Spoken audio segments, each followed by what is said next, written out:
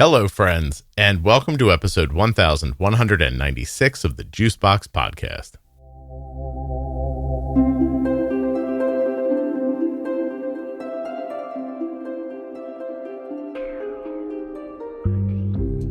Help me welcome back Erika Forsyth. Today, Erika and I are going to discuss ambivalence and motivation. If you're interested in learning more about Erika, you can find her at erikaforsyth.com. U.S. residents who are type 1s themselves or the caregivers of type 1s have a unique opportunity to help move type 1 diabetes research forward without leaving their home. Take the survey and complete it at t1dexchange.org/juicebox. This 10-minute survey will do just that. It will help move type 1 diabetes research forward. All you have to do is answer simple questions. You will know the answers to these questions, and just like that, you've helped.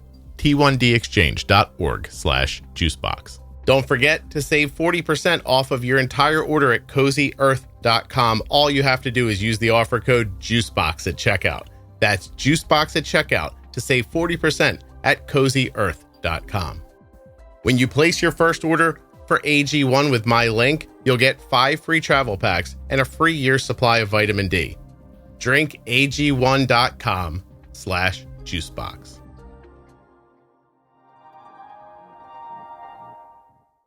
Registration is now open for the big live in-person Touched by Type 1 event. I will be speaking there in Orlando. touchedbytype1.org. Go to the programs tab and get your free tickets right now. touchedbytype1.org. I'll see you in Orlando. This episode of the Juicebox Podcast is sponsored by Dexcom. Dexcom.com/juicebox. Get the brand new Dexcom G7 with my link and get started today. Today's episode is sponsored by Medtronic Diabetes, a company that's bringing people together to redefine what it means to live with diabetes. Later in this episode, I'll be speaking with Jalen. He was diagnosed with type 1 diabetes at 14. He's 29 now. He's going to tell you a little bit about his story. And then later at the end of this episode, you can hear my entire conversation with Jalen. To hear more stories with Medtronic Champions, go to medtronicdiabetes.com/juicebox or search the hashtag Medtronic Champion on your favorite social media platform. Erika, hey, welcome back. Thank you. It's good to be back. We're going to do something that we kind of talked about in your last episode towards the end.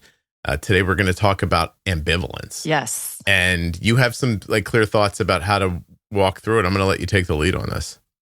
Okay, sounds good. So I was thinking it would be helpful for us just to spend a minute or two in the beginning to define what is ambivalence, because we might hear the word, we might know the word and have some basic understanding. And sometimes I know even I will think ambivalence means that you just don't care or you don't know how, but it really means that you have contradictory or mixed feelings about it. I even looked up Webster definition. It's simultaneous and contradictory attitudes or feelings, such as attraction and repulsion toward an object, person, or action. And the second definition, uncertainty as to which approach to follow. So you might have ambivalence about goals, you might have ambivalence towards a person, towards marriage, or in through our lens today, ambivalence towards your diabetes management. But certainly we can apply some of these themes and tools towards anything you might feel ambivalent towards. Well, it's interesting because I actually think of the word as meaning I don't care one way or the other. Yes. Which is not really what I'm seeing here at all. That's interesting.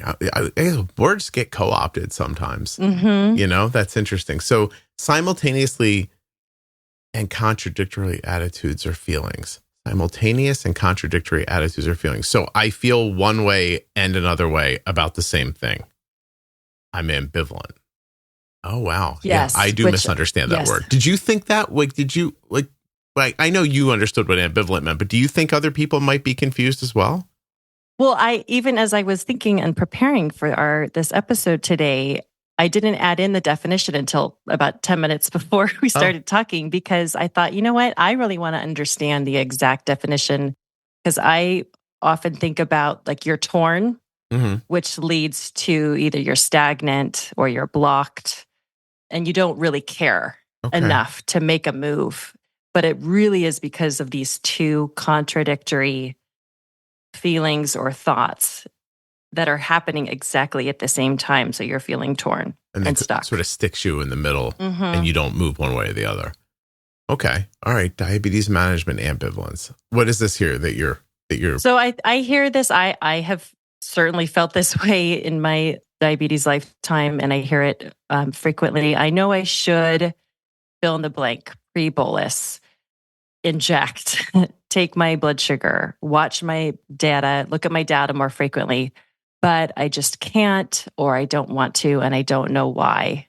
Often is the kind of the end piece. So people might present with this exactly simultaneous and contradictory attitudes or feelings of like, I know I should, and I know all the reasons why I should, but I just can't, or I don't want to, or it's hard for me to remember, and I don't really understand why this is happening. I know from the outside, people can take that as they don't care. Do you think that feeling can confuse you into believing you don't care when you do? Yes. Okay. Yes.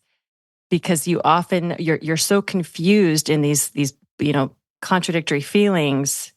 You're like, well, maybe I guess I don't care enough, or I don't know how enough, or I don't feel like it's important enough.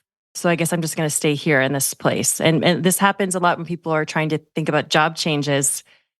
I know what I know. This is good enough, but I know I could do more. But gosh, that feels scary. And then you might feel stuck in that ambivalent spot where you're feeling content where you are, but also have that like hunger for more, or you want to do something different. Does this boil down to simplicity too? Like picking up my clothes or folding my laundry or like that? Like, I know I should, I want to, in my heart, I know that it's something I should, not just I should be doing, but it's a thing. I don't know how to explain this. It's a thing that I know I am, right? I'm a person whose clothing is put away, but I'm not going to do it. And it's not because I have more pressing matters. I'm just going to ignore it. So can that go all the way down to something small like that? This episode is sponsored by Medtronic Diabetes. MedtronicDiabetes.com/juicebox. And now we're going to hear from Medtronic champion, Jalen. I was going straight into high school, so it was a summer heading into high school. Was that particularly difficult? Unimaginable. I missed my entire summer. So I was going to a brand new school. I was around a bunch of new people that I had not been going to school with. So it was hard trying to balance that while also explaining to people what type 1 diabetes was. My hometown did not have an endocrinologist. So I was traveling over an hour to the nearest endocrinologist for children. So, outside of that, I didn't have any type of support in my hometown. Did you try to explain to people, or did you find it easier just to stay private? I just held back. I didn't really like talking about it. It felt like it was just a repeating record where I was saying things and people weren't understanding it. And I also was still in the process of learning it. So I just kept it to myself, didn't really talk about it. Did you eventually find people in real life that you could confide in? I never really got the experience until after getting to college. And then once I graduated college, it's all I see. You can easily search Medtronic Champions. You see people that pop up and you're like, wow, look at all this content. And I think that's something that motivates me. Started embracing more, how I live with type 1 diabetes. To hear Jalen's entire conversation, stay till the very end. MedtronicDiabetes.com/juicebox to hear more stories from the Medtronic champion community. Today's episode of the podcast is sponsored by Dexcom, and I'd like to take this opportunity to tell you a little bit about the continuous glucose monitor that my daughter wears, the Dexcom G7. The Dexcom G7 is small, it is accurate, and it is easy to use and wear. Arden has been wearing a Dexcom G7 since almost day one of when they came out, and she's having a fantastic experience with it. We love the G6, but man, is the G7 small. The profile, so much closer to your body. The weight, you can't really feel it. And that's coming from me, and I've worn one. I've worn a G6, I've worn a G7. I found both of the experiences to be lovely, but my gosh, is that G7 tiny. And the accuracy has been fantastic. Arden's A1Cs are right where we expect them to be, and we actually use the Dexcom Clarity app to keep track of those things. That app is built right in to Arden's Dexcom G7 app on her iPhone. Oh, did you not know about that? You can use an iPhone or an Android device to see your Dexcom data. If you have a compatible phone, your Dexcom goes right to the Dexcom app. You don't have to carry the receiver. But if you don't want to use the phone, that's fine. Use the Dexcom receiver. It's up to you. Choice is yours with Dexcom. Dexcom.com/juicebox. Yes. You got me with the laundry. Yeah, I know I should fold the laundry. It would look better and I would feel better about the space, but I just don't feel like it. Or I just am too tired. Or I'd rather do X, Y, or Z. Yeah. Yes. And so you just let it go. But you don't really let it go. You don't let it go to the point where it doesn't bother you anymore. You just don't do it. Or think it or say it or whatever it is you have to accomplish, but it still gnaws at you. Yeah. Yes. Oh, it's very interesting. So go through your list here about how a person becomes ambivalent. Okay. Right. So I think that's when you arrive, you might not even know that you're in an ambivalent place if it's a larger life choice or with diabetes. But even, with our housework skills, you might know that you're feeling ambivalent because you're like, yeah, I should, but I don't want to. And so I think it's important to ask, how do you get there? Mm-hmm. And can you start out feeling ambivalent from the get-go? And I was thinking about that through the lens of your diabetes. And I think it really depends on the age at which you're diagnosed, the stage of life. Are you the caregiver and what's going on in your life?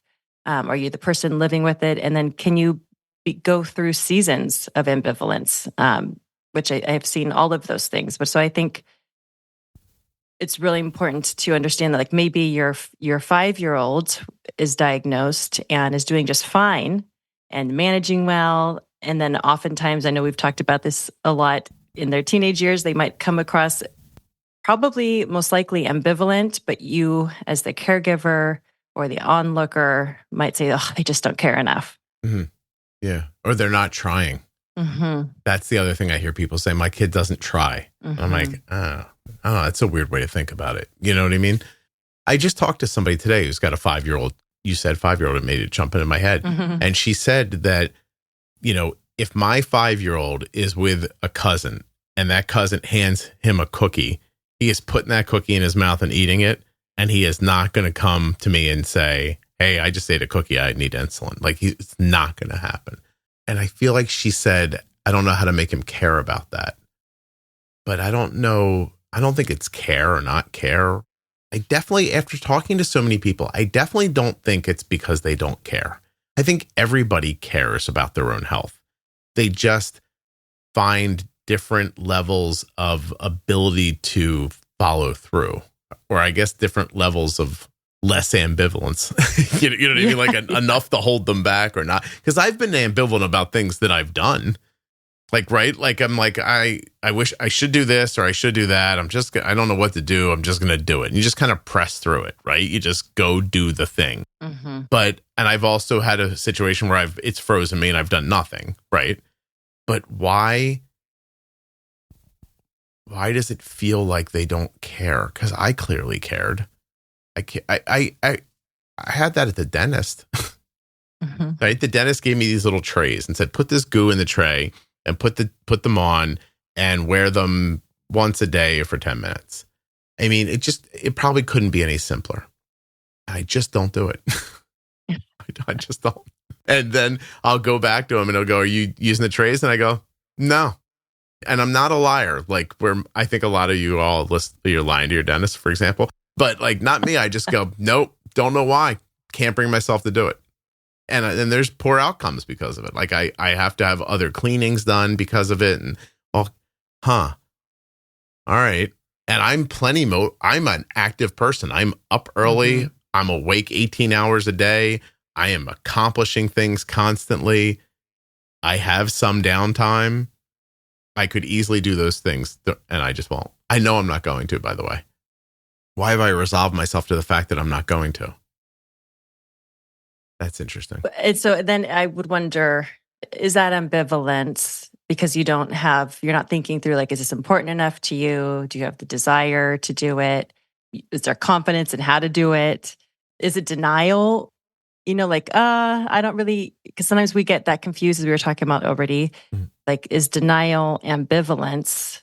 Like, it's not really an issue, but I would say denial maybe comes before ambivalence if we're thinking about that. Yeah. I'm consciously a yes to all those questions. So I don't have to, so I don't even know. I can't explain it to you because I know it's important. I know there are reasons why I have to do it. I know there's something bad that happens to me if I don't do it. I'm not denying I just don't do it.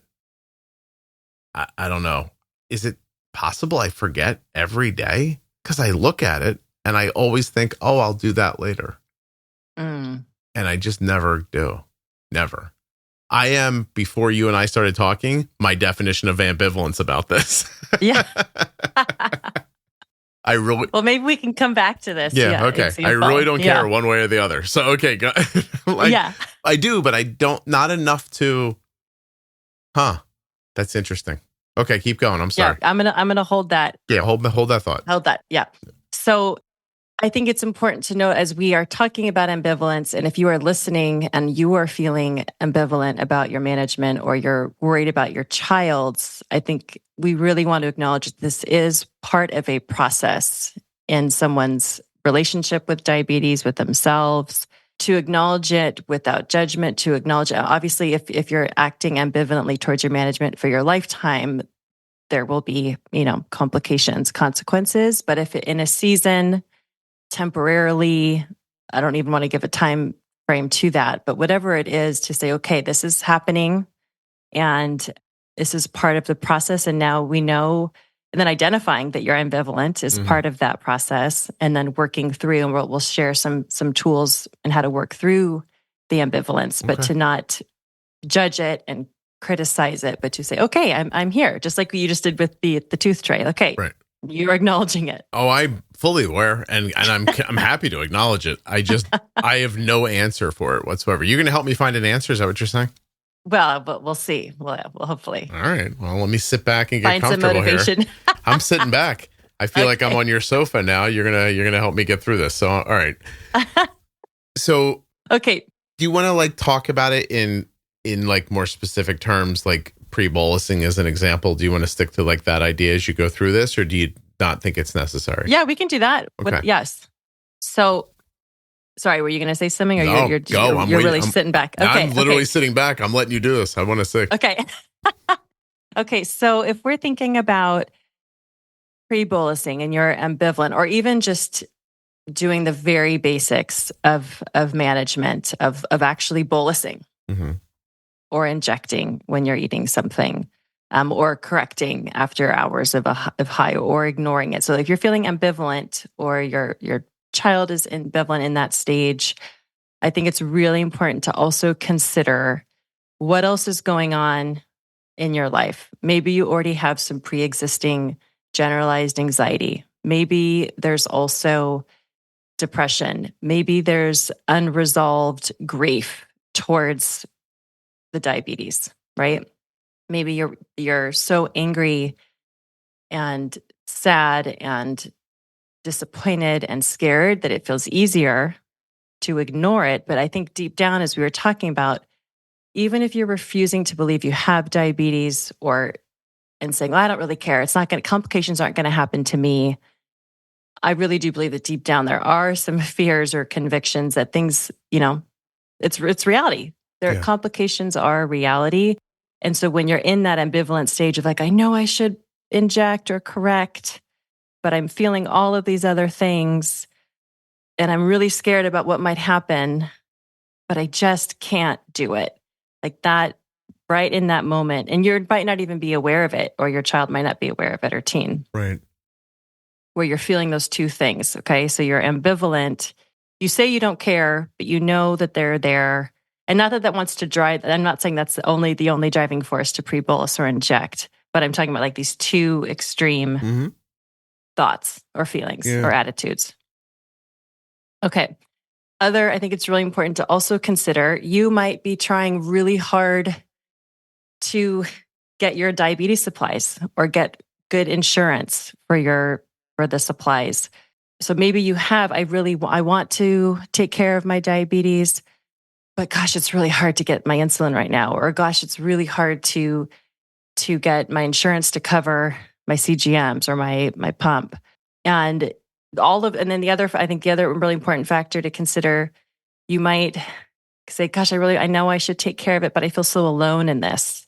So these are all these kind of the conflicting, simultaneous, but contradictory feelings. Like, I know I should, but this is really hard, or I feel so alone. You might feel totally out of control in your life, not only with diabetes, but all other areas.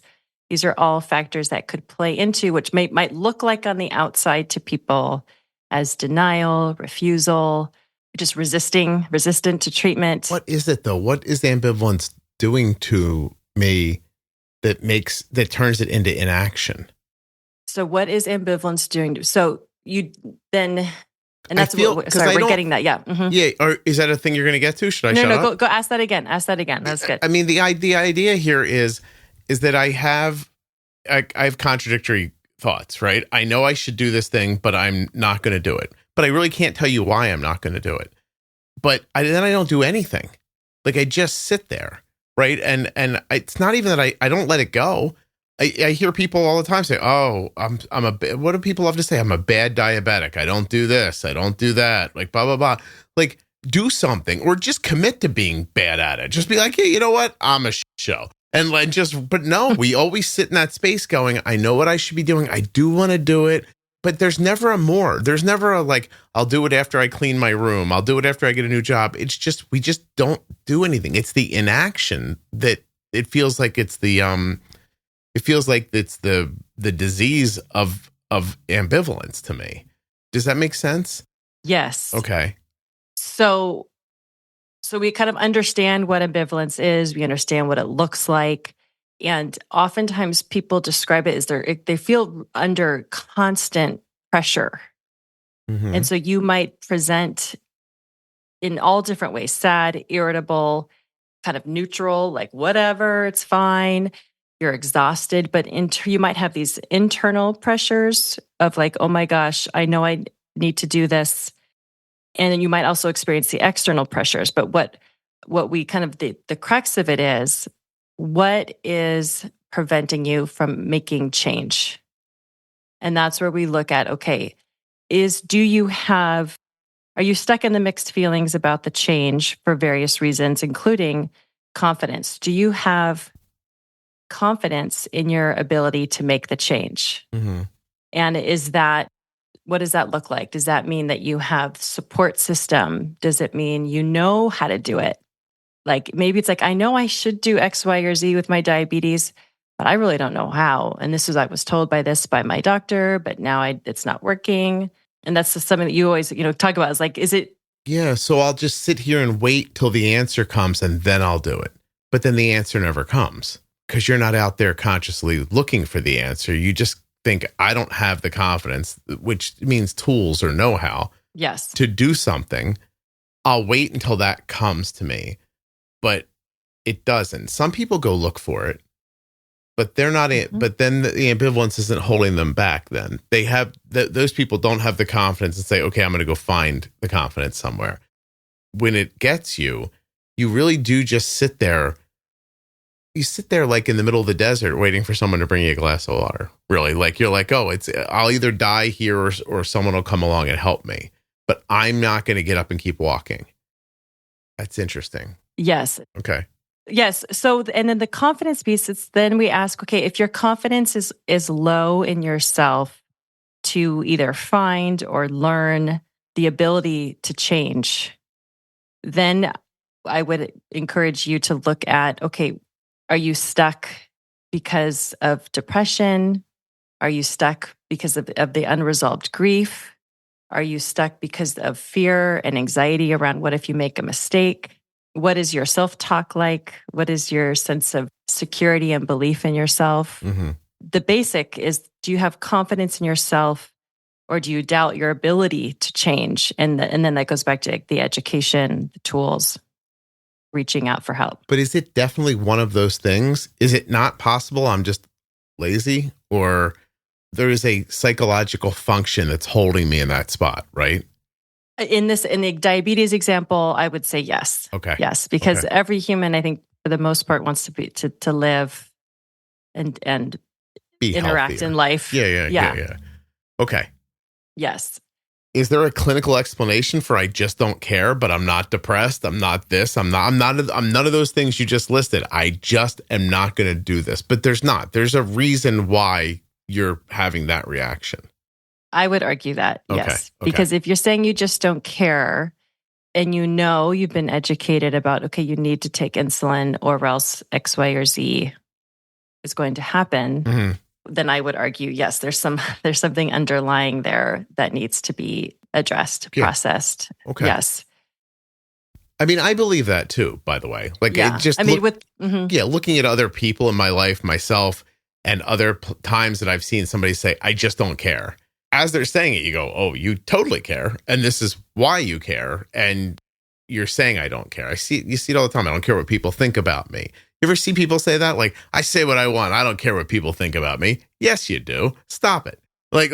Like, of course you care what people think of you. And if you don't care what they think of you specifically, you still care about who you are. So, like, don't act like you don't care. You care. You just can't.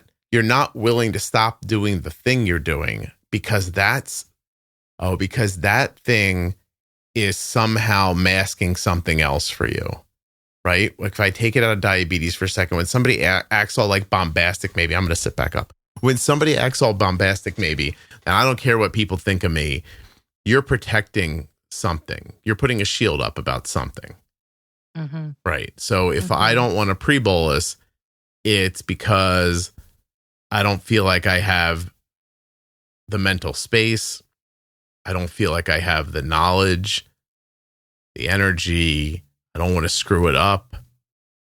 I don't want to take responsibility for this because if this goes wrong, it's my fault. And if I just sit here and act like diabetes is just happening to me and there's nothing I can do about it, then if I get sicker or if something happens to me, I don't have to shoulder the blame for this. You think that might be it? That can be definitely, I wouldn't say that's always the case, but at that path, but that makes certainly, sense, yes. Okay. Or whatever your thing is when you're listening, because you certainly grew up one way or another and have a thing too, whoever's listening, right? Yes, absolutely. And so I think if it's the ambivalence is high, you're stuck in between these mixed feelings about the change, your confidence is low, and you kind of doubt your ability to implement the change. The other two factors that we would look at to understand why are you having challenges making changes is the desire. If your desire is low and you're uncertain about whether you even want to make the change, right? Like you have to have that desire to make the change. So go ahead. I was just thinking about how often I hear people say, my A1C 7.5, it's good. And they'll say, I know it could be lower, but I'm okay with it like this. I always think that's strange, but maybe this makes it feel less strange to me. I always think it's strange because if your heart was supposed to beat a certain amount of times per minute, but it beat 10 fewer times or 10 more times, I'm okay with it. I don't know what that means. That might be why you hear so many people try to get the answer to, well, what's the real benefit of an A1C in the sixes? Because if there's no benefit for it, then I don't have to worry about the fact that I'm not working towards it. If 7's fine and 6 is no different than 7, that's why they're always asking for studies. Show me a study that says that 6 is better than 7. And my answer is always, look, I don't know. If you don't have diabetes, your A1C is in the high 4s. So that's more. More sounds like more sugar in your blood. That all sounds less advantageous to me. But they want to be told it's okay. And if it's not okay, then I'll work towards it. So that's the desire part. Like I almost feel like the ADA is in charge of the desire. Does that make sense? Well, yes. And I also want to just put the caveat out though, that if you're in the 7s, and I know you're not putting this out there, but no, I'm not denigrating a 7. It's yeah. For people who are like newly diagnosed at whatever stage, I just want to give a shout out. You're doing a great job. Yeah. No, 100%. But I Yeah. hear like your question. Right. Yeah. My question is like, I'm not saying anybody's doing a bad job if they're doing a 7.5. I'm talking about a person that has diabetes forever, could do a 6 if they wanted to. And they're like, nah. I mean, because I've talked to those people like, I'm good where I'm at. I'm like, okay, but you mean, you could pre-bolus or, stay on top of your basal a little bit or something like that and do another point less. And they're like, yeah, I don't want to put the effort into it. I don't know. It's odd to me, but I understand that a lot of people feel that way, and I wouldn't come down on it for it. It just strikes me as strange when it happens. Okay. And if they're healthy and doing fine, and they probably have all the no complications, all those things. But then maybe if there are these other factors, then you could ask if they wanted to change, then is it important to them is the last piece. Yeah, it feels to me like saying I only smoke 2 cigarettes a day. That's what it feels like to me. Like, I'm like, yeah, I only smoke 2 a day. That's not going to give me lung cancer, probably. Like, so I'll be all right. And if I die in my mid-70s, that's where I was supposed to die anyway. So it's good. And if I said, hey, don't smoke the 2 cigarettes, live till you're 80. They go, eh. And I'm like, okay. Like, I don't disagree with how people feel ever. It's just that to me is the conversation that's not happening and happening at the same time. So, but I'm trying to figure out, like, is my desire low or high? Is that personality driven? Is it a thought someone put into your head one day? Is it just how you're wired? Do you know what I mean? Like, I don't because the desire is lower and stable is better. I don't know what more desire you need than that. Unless you don't prioritize it. I don't want to say care, but don't prioritize it over other things. Is it just bandwidth, maybe? I was trying to think of an example of, you have a desire to have stable and low blood sugars as I do, I'm thinking of any client or human with type 1, they also have maybe desires to do well at their job or be a solid parent, or interact with the community or serve in this way. And so perhaps the desire is to do the best you can. And if that's, maybe it's, I think like, is it a bandwidth question? Like the desire is do the best you can. And you're having stable enough blood sugars and your A1C is in the range of ADA and you're also excelling at all these other things. So maybe that's enough. That's part of it. Yeah. I mean, I desire to have a 6-pack, but not enough to do a sit-up. So, yeah, right? Like, is that kind of the same thing, really? Right? Like, I know that would be better for me. I know I would like that more. I know it would be healthier, but I don't have the time to do something like that or the desire.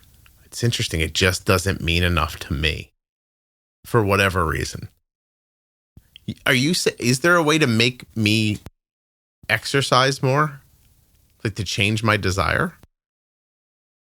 Well, yes, I want to get to practicing the motivational interviewing, which is a tactic that therapists can use to help a client understand what you're looking for is their change talk. What is interrupting or preventing change? And so we can do that in a minute. I just wanted to emphasize the fourth thing to think about is the importance of the change. Okay.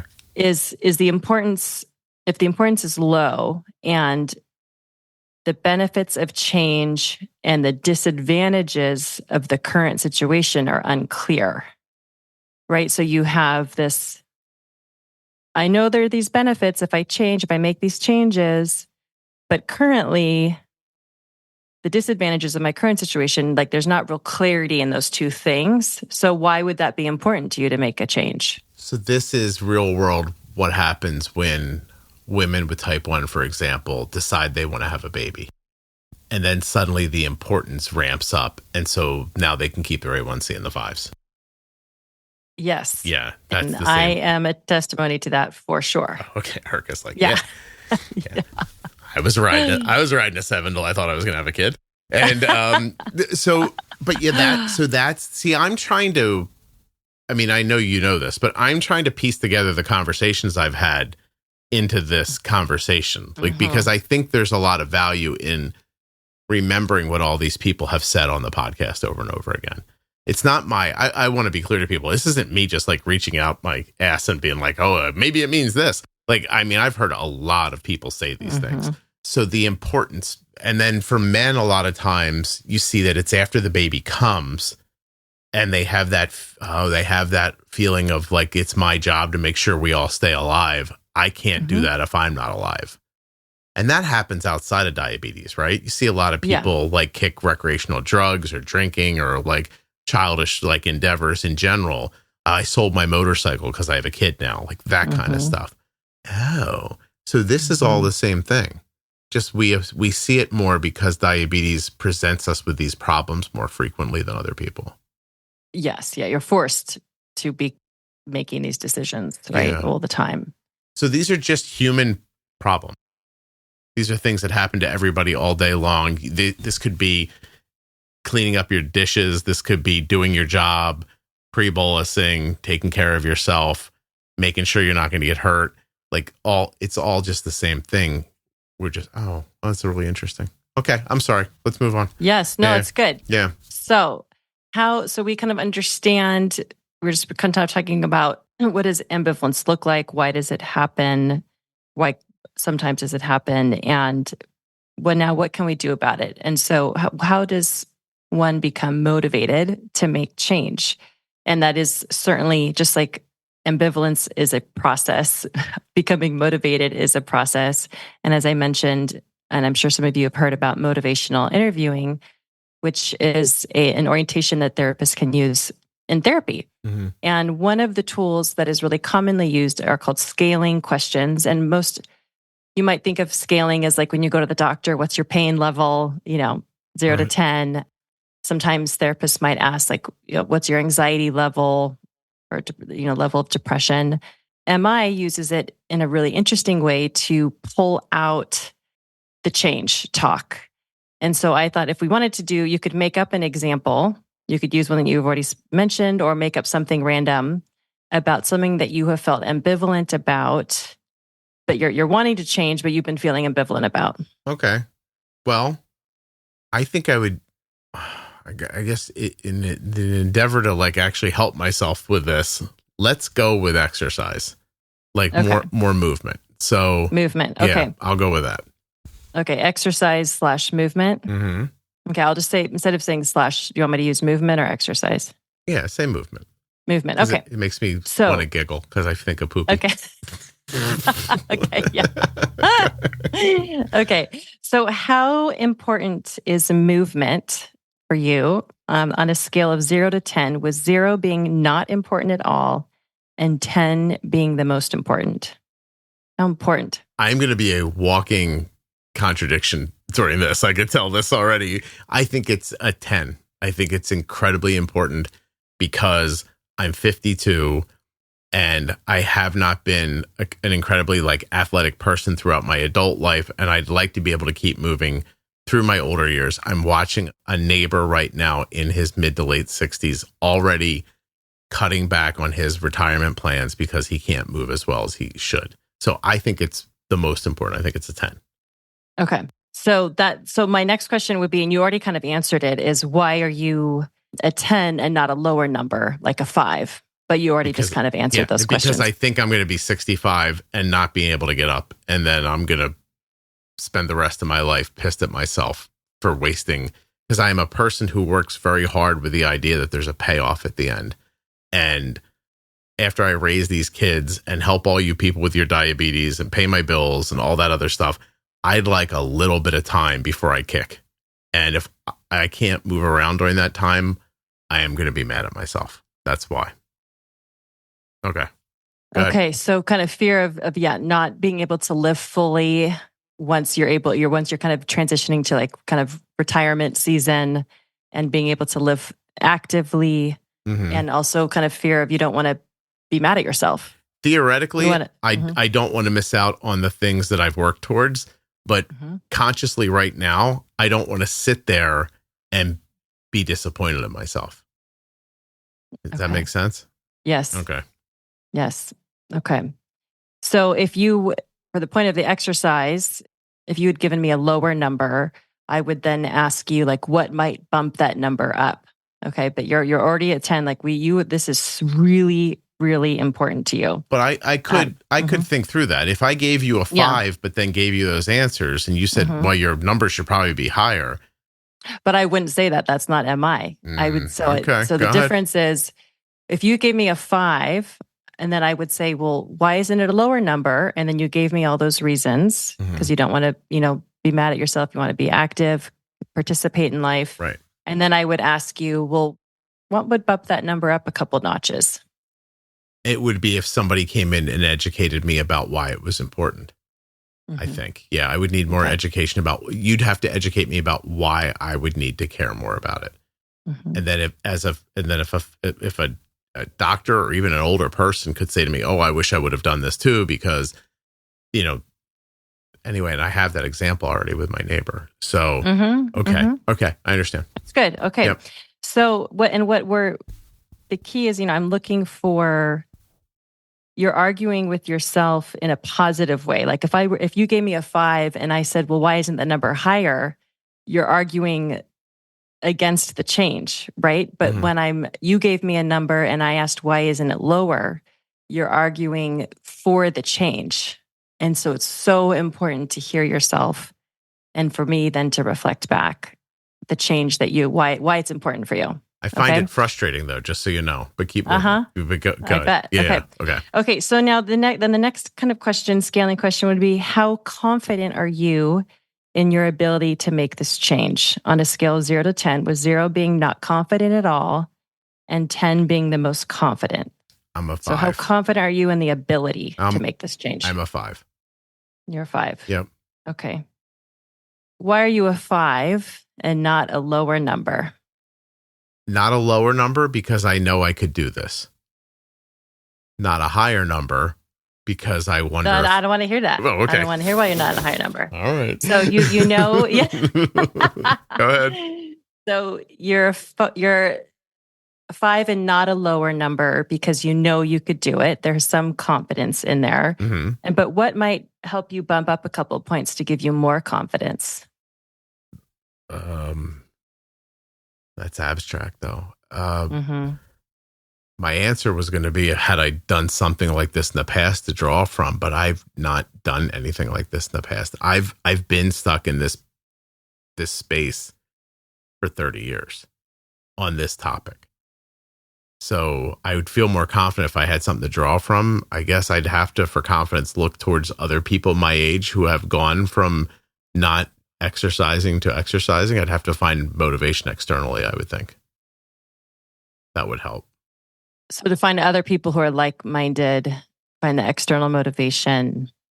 Somebody who reminded me of me that was doing it would help me. That makes sense. I don't know why.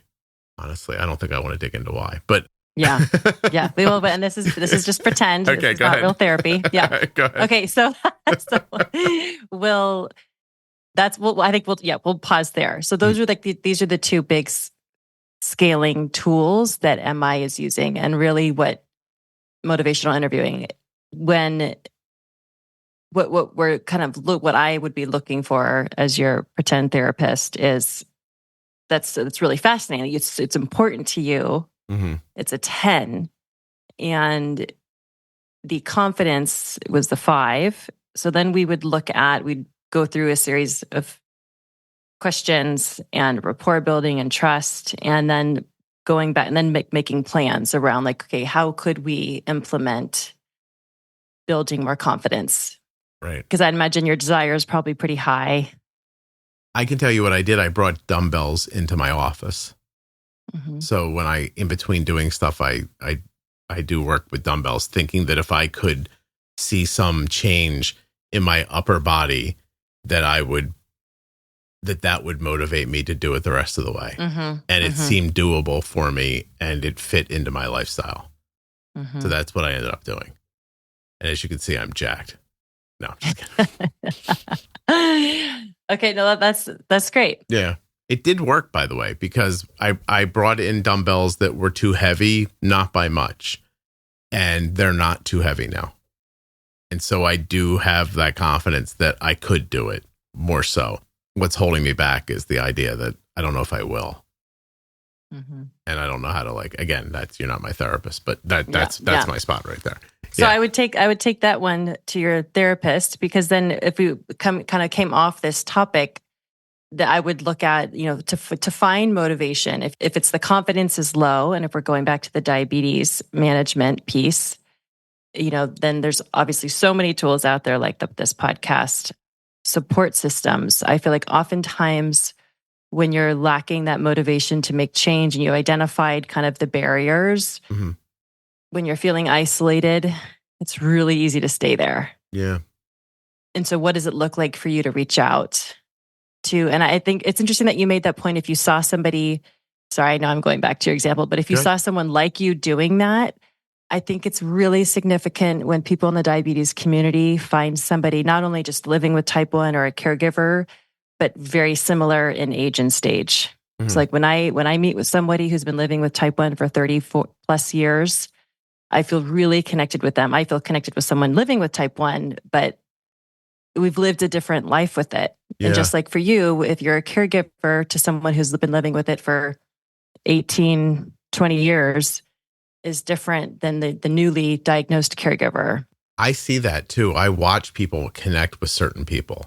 Mm-hmm. And they don't even seem to know why they've made the connection that they have, but some things click for them and sometimes it doesn't. Mm-hmm. Also, I think that's also why you hear me talk about things in the podcast about diabetes like that. Like, I don't think a 7.5 A1C is a bad A1C, but I want you to believe that a 5 is doable, mm-hmm. right? Like, I think aspirational is a really big part of this, like a huge part of it, actually. Mm-hmm.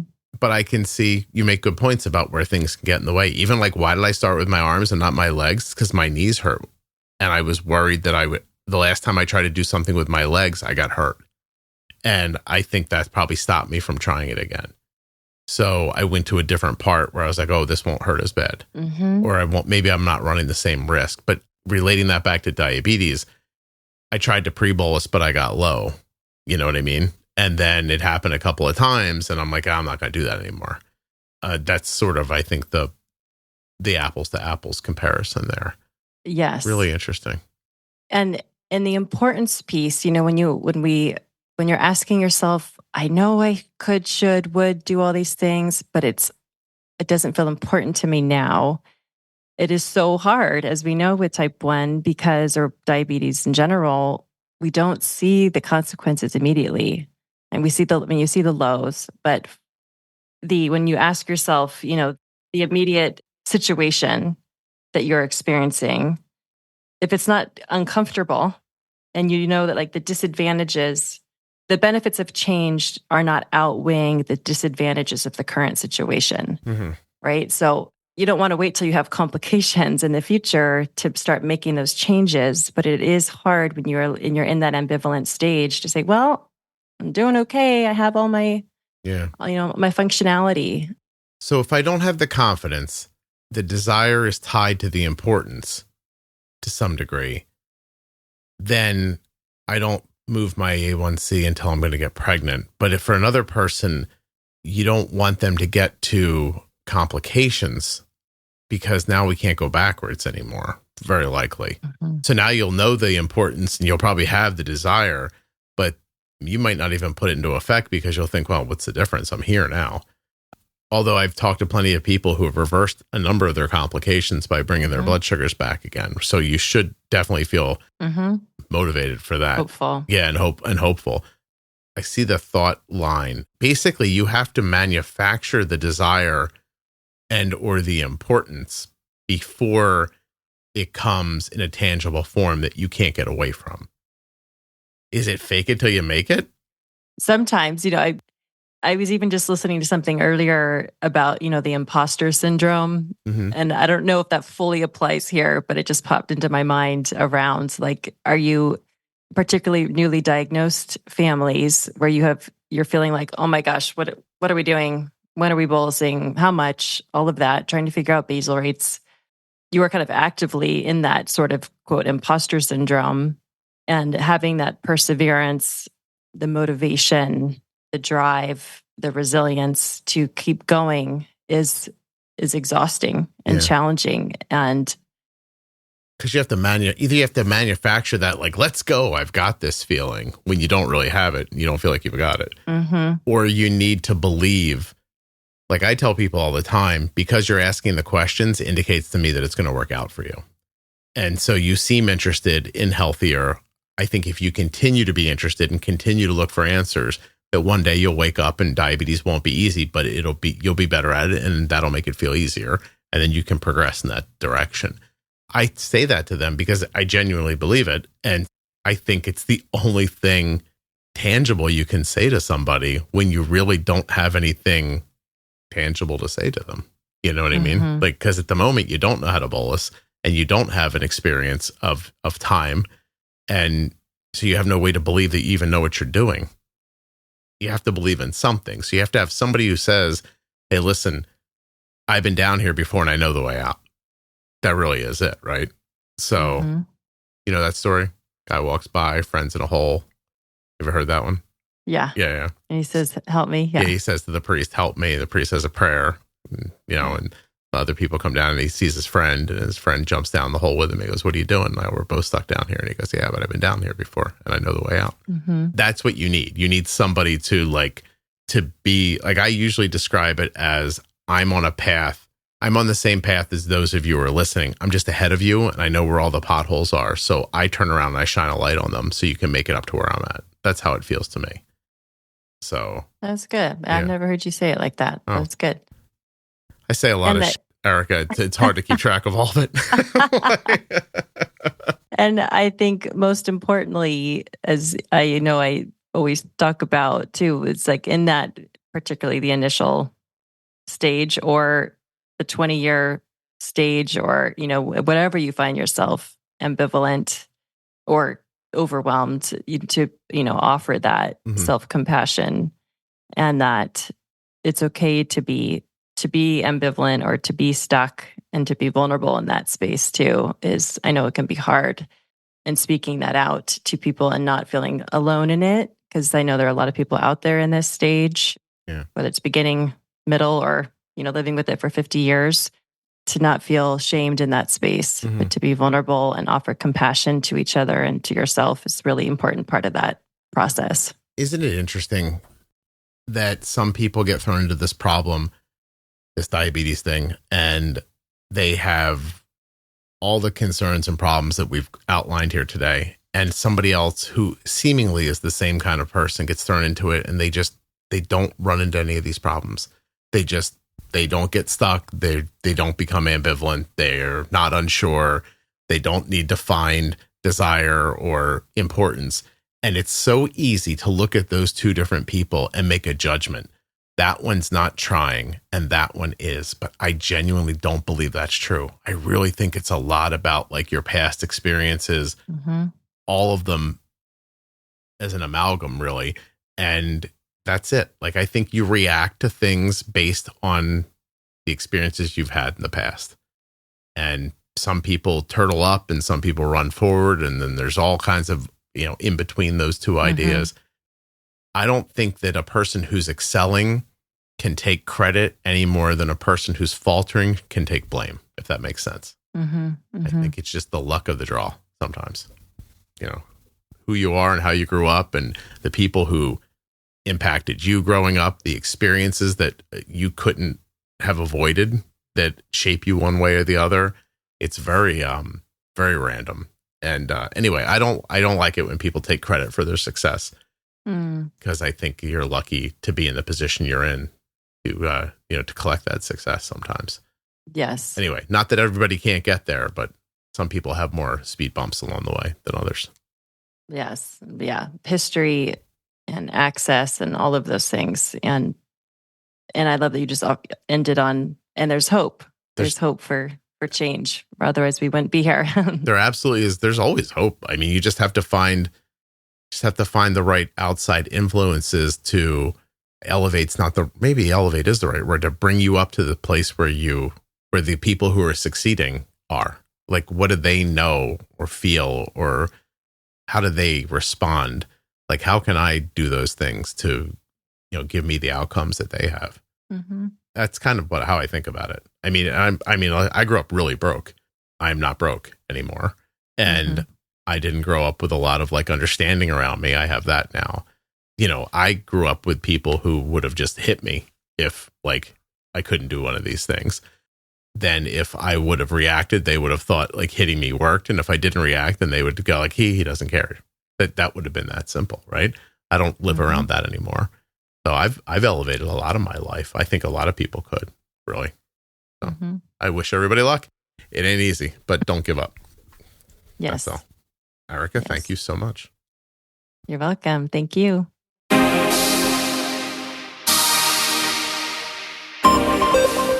A huge thanks to Dexcom for being longtime sponsors of the Juicebox Podcast. Dexcom.com/Juicebox. Head over there now. Get started today. Jalen is an incredible example of what so many experience living with diabetes. You show up for yourself and others every day, never letting diabetes define you. And that is what the Medtronic Champion community is all about. Each of us is strong, and together we're even stronger. To hear more stories from the Medtronic Champion community or to share your own story, visit medtronicdiabetes.com/juicebox and look out online for the hashtag Medtronic Champion.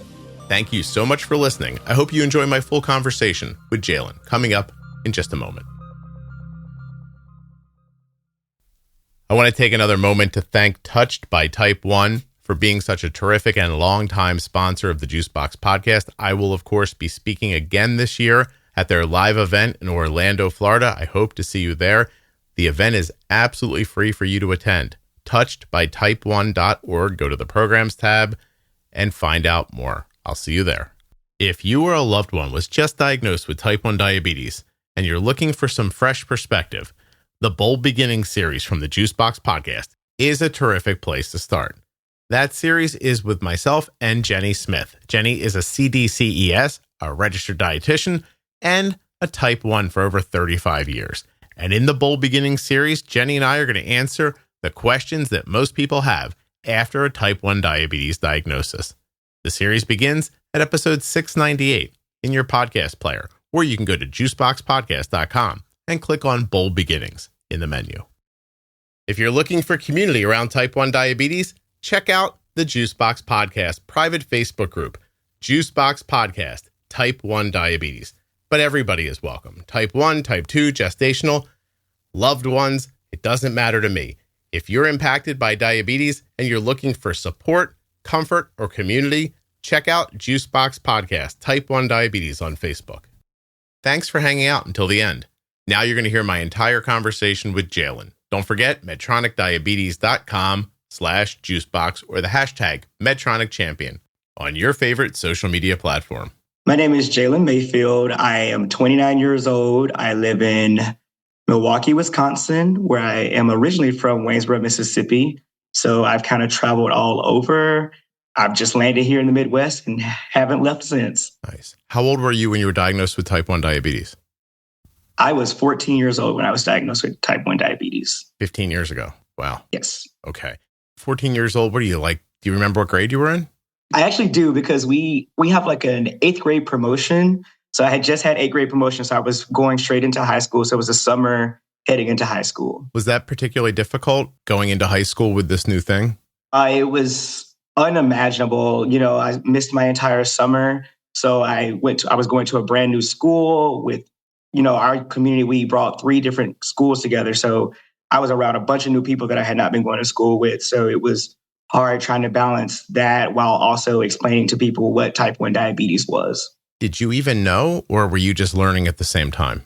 I honestly was learning at the same time. My hometown did not have an endocrinologist. So I was traveling almost over an hour to the nearest, pediatrician, like endocrinologist for children. So, outside of that, I didn't have any type of support in my hometown. Was there any expectation of diabetes? Does somebody else in your family have type 1? No, I was the first one to have type 1 in my family. And do you have children now? I do not. No. Do you think you will one day? Still thinking about it, but right now I've just been traveling, focusing on my career and myself. So what do you do? What's your career? Yeah, so I am a marketing leasing specialist for a student housing company. So we oversee about 90 properties throughout the US. So I've been working for them for about 8 years now. And you get to travel a lot in that job? Yes, I experience a lot of travel. It's fun, but also difficult, especially with all your type 1 diabetes supplies and all your electronics. So it's a bit of a hassle sometimes. Mm-hmm. What do you find that you absolutely need with you while you're traveling, diabetes-wise? I have learned my biggest thing I need is some type of glucose. I have experienced lows, whether that's on a flight, traveling, walking through the airport. And I used to always experience just being nervous to ask for some type of snack or anything. So I felt like I needed to always have something on me, and that has made my travel a lot easier. Okay. So growing up in this small town, what was your initial challenge during diagnosis, and what other challenges did you find along the way? Yeah, I think the initial one, I felt isolated. I had no one to talk to that it was experiencing what I was going through. You know, people would say, oh, I know this is like hard for you, but I was like, you really don't. Like, I just felt lonely. I didn't know, people were watching everything I did. It was like, you can't eat this, you can't eat that. I felt like all of my childhood had been, I don't even remember what it was like for a life before diabetes at this point, because I felt like that's the only thing I could focus on was trying to do a life with type 1 diabetes. When you found yourself misunderstood, did you try to explain to people, or did you find it easier just to stay private? I just held back. I didn't really like talking about it. It felt like it was just a repeating record where I was saying things and people weren't understanding it. And I also was still in the process of learning it. So I just, kept it to myself, didn't really talk about it unless I absolutely had to. Did you eventually find people in real life that you could confide in? I think I never really got the experience until after getting to college. And then once I graduated college and moving to an even bigger town, that's where I finally found those people where I was like, okay, there's a lot of other people that have type 1 diabetes. And, there's a community out there which I had never experienced before. Is college where you met somebody with diabetes for the first time, or just where you met more people with different ways of thinking? So I met my first person with diabetes, actually my freshman year of high school. There was only one other person, and he had it since he was a kid, like young, since he was like maybe born. Mm-hmm. Or like right after that time frame. So that was the only other person I knew until I got to college and I started meeting other people. I was a member of the band and I was an RA. So I was like, okay, there's a small handful of people also at my university. But then once I moved to St. Louis, and a lot of my friends I met were like med students and they were young professionals. And that's where I started really getting involved with one of my really close friends to this day. He was also type 1 diabetic. And I was like, that's who introduced me to all these different types of communities and technologies, and which is really what helped jumpstart my learning more with type 1 diabetes. Do you think, there was that one person in high school, but you were young. Do you really think you were ready to build a relationship and around diabetes, or did you even know the reason why that would be important at the time? I didn't. I honestly didn't think about it. I just was like, oh, there's another person in my class that's kind of going through the same thing as I am, but they've also had it a lot longer than I have. So they've kind of got it down. They don't really talk about it. And I was like, well, I don't really have much to connect with them. Connect with them on. Yeah. No. So now once your world expands as far as different people, different backgrounds, different places in college, you see the need to connect in real life, but there's still only a few people, but there's still value in that, right? Correct. What do you think that value was at the time? I think it was just making me feel like I was just a normal person. I just wanted that. And I needed to know that there was other people out there with type 1 diabetes experiencing the same type of, thoughts that I was having. When were you first introduced to the Medtronic Champions community? Yeah. So about 2 years ago, I was, becoming more, I was looking around and I stumbled upon the Medtronic community and I was like, this is something I really, really, I kind of need. I said, all throughout these years, I was, afraid to show my pump. I would wear long sleeves, didn't want people to see my CGMs because I didn't want people to ask me questions. And, I just felt so uncomfortable. And then I noticed seeing these people really in the Medtronic community just they embraced it. You could see them. They weren't afraid to show it. And that was something I was really looking forward to. How is it knowing that your diabetes technology is such an important part of your health and your care and having to hide it? What did it feel like to have to hide that diabetes technology, and how did it feel to be able to kind of let it go? I refused to go anywhere. And I would run to the bathroom. I just didn't want to do it in public because I felt like people were watching me. And that was just one of the hardest things I was trying to overcome. I was fresh out of college, going into the young professional world. So, going out on work events and things like that, I just didn't think to have it out because I was so afraid. But then once I did start, embracing it and showing it, that's when the curiosity came. And it was actually genuine questions and people wanting to know more about the equipment that I'm on and how does this work and what does this mean and things like that, which it kind of inspired me because I was like, okay, people actually do want to understand what I'm experiencing with type 1 diabetes. What did you experience when the internet came into play and now suddenly as easy as a hashtag and you can meet all these other people who are living with diabetes as well? Can you tell me how that is either different or valuable, I guess, compared to meeting a few people in real life?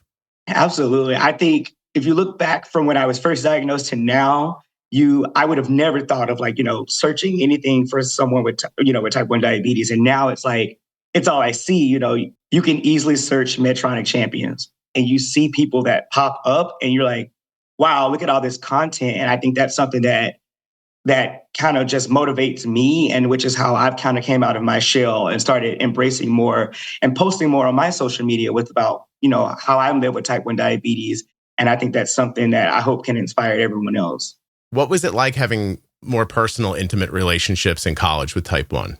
I think it was kind of hard to explain, just for example, no one really understands what a low is. And I think that was a very hard thing for me to explain. It can happen in any moment and I'm sweating. I'm just really not all there. And I'm trying to explain hey, this is what's going on. I need your help. And I think that was something that was hard for me to, I did talk to people about it. So when this happened, they were like, oh, what's going on with you? I'm like, I'm actually a type 1 diabetic. Yeah. This is what's going on. I need your help. What about once you've had an experience like that in front of someone, was it always bonding, or did it ever have people kind of step back and be maybe more, leery of your relationship?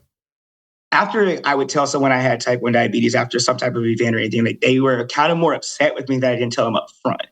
Because they were like, I care about you as a person. I would have loved to know this about you. It's not anything you should have to hide from me. And I think that was a lot of the realization that I was going through with a lot of people. Okay. Let me ask you this. So now we talked about what it was like to be low and to have that more kind of emergent situation. But what about when your blood sugar's been high or stubborn and you're not thinking correctly, but it's not as obvious, maybe to you or to them? Yeah. So I go through my same experiences when I have high blood sugars. I can tell from my coworkers, for example, I didn't really talk to, when I'll backtrack. When I visit multiple sites for work, I usually don't announce it. And so sometimes I'm working throughout the day. I might have snacked, forgot to take some insulin, and my blood sugar is running high. And I'm a little bit more irritable. I'm all over the place. And I'm like, let me stop. Hey, guys, I need to take some insulin. I'm sorry, I didn't tell you guys I'm a diabetic. So you may be wondering why I'm kind of just a little bit snippy, so I like to make sure I do that now going forward, because that's something I noticed and it was kind of hindering me in my career because I was, getting irritable because I'm working nonstop and I'm forgetting to take a step back and focus on my diabetes. Right. Hey, with the advent of new technology like Medtronic CGM and other diabetes technology, can you tell me how that's improved your life and those interactions with people? Yeah, I can. I feel confident knowing that it's working in the background. As someone, and I've always adamantly said it, I have been someone that's really bad with counting my carbs. So sometimes I kind of undershoot it because I'm scared, but it allows me to just know that, hey, it's got my back if I forget something. And I think that allows me to have a quick lunch, and then I'm able to get back into the work day because it's such a fast-paced industry that I work in. So sometimes it is easy to forget. And so I love that I have that system that's keeping track of everything for me. Let me ask you one last question. When you have interactions online with other people who have type 1 diabetes, what social media do you find the most valuable for you personally? Like, what platforms do you see the most people and have the most good interactions on? Yeah, I've had tremendous interactions on Instagram. That's where I've kind of seen a lot of other diabetics reach out to me and ask me questions. I've commented like, hey, you're experiencing this too. But I've recently also been seeing TikToks and, finding on that side of it, I didn't, see the videos and the fun videos. And I'm like, I would love to do stuff like that, but I just never have the courage.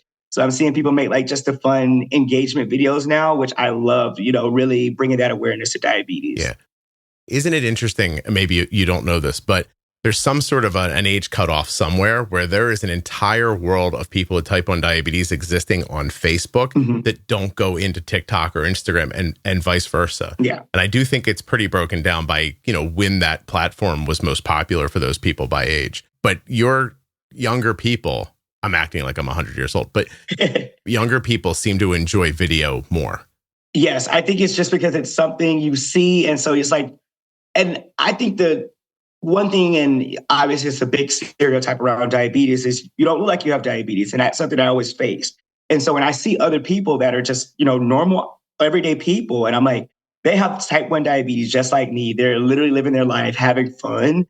That's just something you want to see it, because you don't get to see people living their everyday lives with diabetes. And I think that's something I've really enjoyed. Yeah.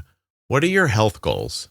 When you go to the endocrinologist and you make a plan for the next few months, what are you hoping to achieve, and where do you struggle and where do you see your successes? I'll be honest, I was not someone who was as, involved in my diabetes. I wasn't really focused on my health. And that was something that, you go into an endocrinologist and you get these results back and it's not what you want to hear. It makes you nervous. It makes you scared. And so I personally, for myself, I was like, this is my chance to change. I know there's people that are living just like me, everyday lives, and they can keep their A1Cs and their blood sugars under control. How can I do this? So I go in with, I would like to see it down a certain number of points each time. I would love for my doctor to be like, hey, I see you're entering your carbs. I see you're not having lows. You're not running high too often. That's my goal. And I've been seeing that. And that's what motivates me every time I go to the endocrinologist, where I don't dread going. It's like an exciting visit for me. So you like to set a goal for yourself and then for someone to acknowledge it, to give you kind of that energy to keep going for the next goal. Yeah, I feel as a type 1 diabetic, for me, and it's a lot to balance. It's a hard journey. Yeah. And so I want someone, when I go in, I want to be able to know like, hey, I see what you're doing. Let's work together to do this. You don't want to be put down like, you're doing horrible. It's not going to motivate you, because you're already fighting a tough battle. Right. So just having that motivation and acknowledging the goods and also how we can improve, that's what really has been the game changer for me in the past 2 years. Jalen, I appreciate you spending this time with me. This was terrific. Thank you very much. Absolutely. Thank you. If you enjoyed Jalen's story, check out medtronicdiabetes.com/juicebox. If you're not already subscribed or following in your favorite audio app, please take the time now to do that. It really helps the show. And get those automatic downloads set up so you never miss an episode. Thank you so much for listening. I'll be back very soon with another episode of the Juicebox Podcast. The episode you just heard was professionally edited by Wrong Way Recording. WrongWayRecording.com.